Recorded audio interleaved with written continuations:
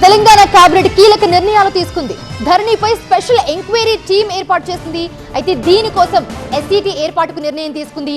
ధరణి portal ప్రారంభమైనప్పటి నుంచి విచారణకు ఆదేశించింది. ఇప్పటికే ఫోరెన్సిక్ ఆడిట్ జరిపించామన్నారు మంత్రి పొంగులేటి. ధరణికి సంబంధించి ప్రతి అంశాన్ని కూడా క్షుణ్ణంగా పరిశీలించాలని కోరుతున్నామన్నారు మంత్రి. అక్రమాలకు పాల్పడిన వారిపై కఠిన చర్యలకు సిద్ధమైంది ప్రభుత్వం. భూ రికార్డుల మార్పులు, అక్రమ మ్యుటేషన్లపై విచారణ జరిపించనుంది. అవసరమైతే మాజీ అధికారులు, బాధ్యులకు నోటీసులు కూడా ఇవ్వబోతుంది ప్రభుత్వం.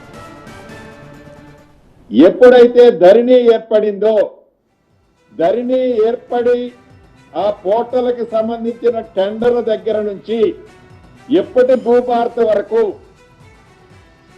పూర్తి విచారణ చేయటం కోసం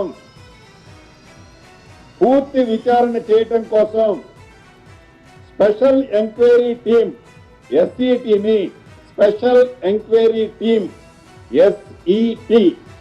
ఎస్ఈటీని ఏర్పాటు చేయాలని రాష్ట్ర కేబినెట్ ఆమోదం తెలపడం జరిగింది.